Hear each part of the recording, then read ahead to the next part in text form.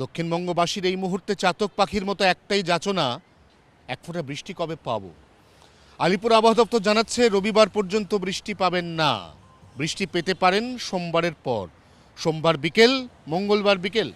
দক্ষিণবঙ্গের একাধিক জেলায় বজ্রবিদ্যুৎ সহ বৃষ্টির সঙ্গে কালবৈশাখী পরিস্থিতির পূর্বাভাস। দক্ষিণবঙ্গে বুধবার পর্যন্ত কোনো কোনো জেলাতে বিক্ষিপ্তভাবে বৃষ্টিপাত চলতে থাকবে। অর্থাৎ এই মুহূর্তে যে দুর্বিষহ কষ্ট, এই কষ্ট কিছুটা লাঘব হতে পারে রবিবারের পর, বা বলা ভালো সোমবার থেকে। তার আগে পর্যন্ত অর্থাৎ আজ শনিবার, আগামীকাল রবিবার দুর্বিষহ কষ্ট ভোগ করে আপনাকে চলতে হবে। আলিপুর আবহাওয়া দপ্তর গতকাল একটা পরিসংখ্যান দিয়েছে, এই পরিসংখ্যানটা পড়ে শোনাই। এই পরিসংখ্যানে বলা ছিল গতকাল কলকাতা শহরে দিনের সর্বোচ্চ তাপমাত্রা ছিল 36.6 ডিগ্রি। বাতাসে আপেক্ষিক আর্দ্রতার পরিমাণ ছিল 93%। কলকাতায় গতকাল ফিল লাইক টেম্পারেচার ছিল 46 ডিগ্রি।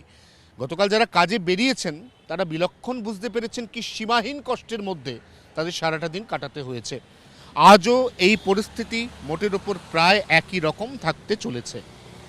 এখানে তো ফিল লাইক টেম্পারেচার বাড়ছে, কিন্তু দেশের 8টি রাজ্য এখানে সরাসরি তাপপ্রবাহ বা তীব্র তাপপ্রবাহের পূর্বাভাস জারি করেছে নয়াদিল্লির মৌসুম ভবন। এই রাজ্যগুলি হচ্ছে রাজস্থান, চণ্ডীগড়, দিল্লি, পাঞ্জাব, হরিয়ানা, উত্তরপ্রদেশ, বিহার এবং ঝাড়খণ্ড।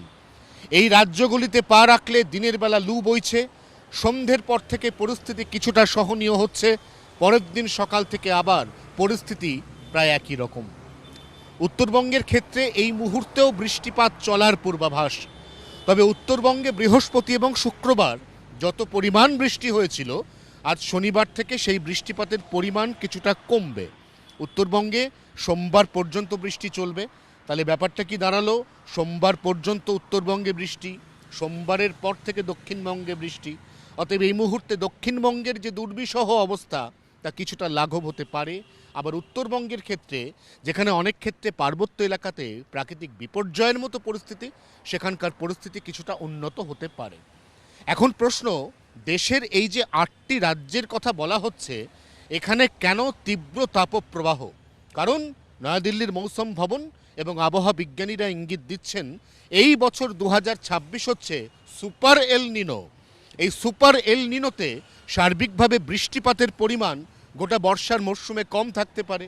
এমনকি নভেম্বর মাস বা ডিসেম্বর মাসের প্রথম সপ্তাহ পর্যন্ত সেই অর্থে ঠান্ডা নাও পড়তে পারে। অর্থাৎ ক্রমশ কঠিন থেকে কঠিনতর পরিস্থিতির দিকে এগিয়ে চলেছে ভারতবর্ষের জলবায়ু, এমন আশঙ্কা উড়িয়ে দেওয়া যাচ্ছে না।